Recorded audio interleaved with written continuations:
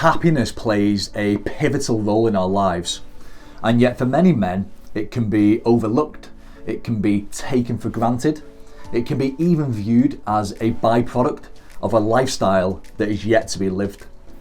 And it's easy to understand why and how that this might be the case. I know that I personally wasn't, and I also suspect that many other men watching this right now weren't role modelled or taught as adolescents to place a high value on personal happiness. After all, the sad truth is probably that most of our fathers back in the day would have been simply too busy trying to provide financially for their families to be truly happy in their own lives that they lived. And for me, this has kind of bridged the generational gap.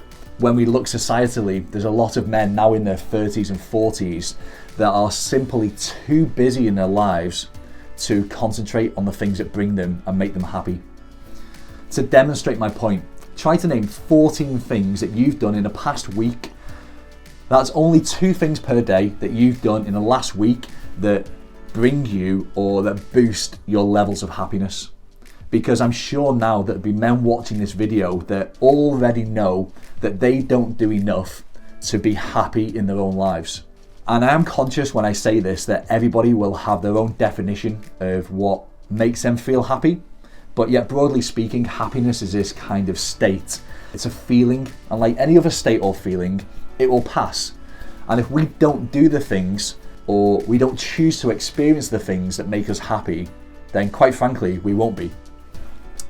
From my coaching experience, it's become apparent that if a man lacks happiness in his life, it's highly likely that he lacks self-happiness in himself, which is linked to self-esteem. And I'm conscious that self-happiness isn't a mainstream term, but what it really means is that when a man isn't happy, the chances are his self-esteem is lower. And this is what men don't recognize or realize about happiness.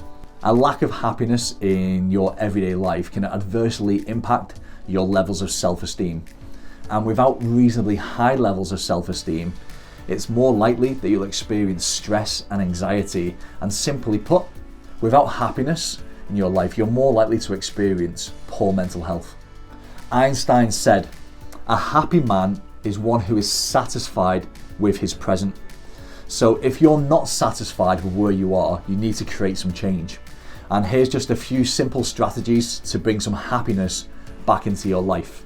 Number 1, stop comparing yourself to other men. Habitually comparing yourself to other men, their successes, their material items, the things that they own, their physique or their physical accomplishments will only leave you in a state of discontent. And I'll caveat that by saying that it's okay, perhaps it's even healthy to be inspired by other men. But the only man that you should be comparing yourself against is who you were yesterday. Number 2 is this: get out of your comfort zone. Lots of men naively believe that once they achieve the things that make them successful and happy, then they'll stay that way forever. But that's not how the masculine mind works. To be happy, men need to feel a sense of challenge in their lives. They need to feel like they're achieving. And recently I've had clients that have learned to play guitar, that have learned a foreign language, Spanish in this instance. I've even had clients that have run half and full marathons.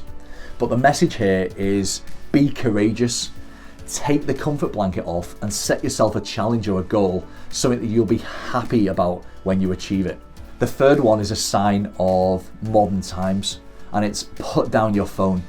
Everything that we want nowadays is at the tip of our fingers, but it also means that because people recognize and expect us to have our phones, there's an assumption that we'll always be available, and always been available to other people means that we can never be truly available to ourselves.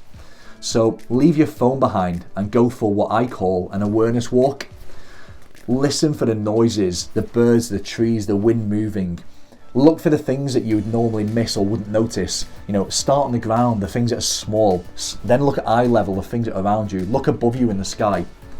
When you get back from an awareness walk, you'll feel lighter and you'll feel happier. I guarantee it. Ultimately, if you're not happy, it's because either you're not doing the things that you need to do to be happy, or quite frankly, you're just not trying. So take a moment to consider how a lack of happiness in your life is affecting you, and what might be different for you if you started to focus some of your time, some of your effort, and some of your energy on bringing more happiness into your life.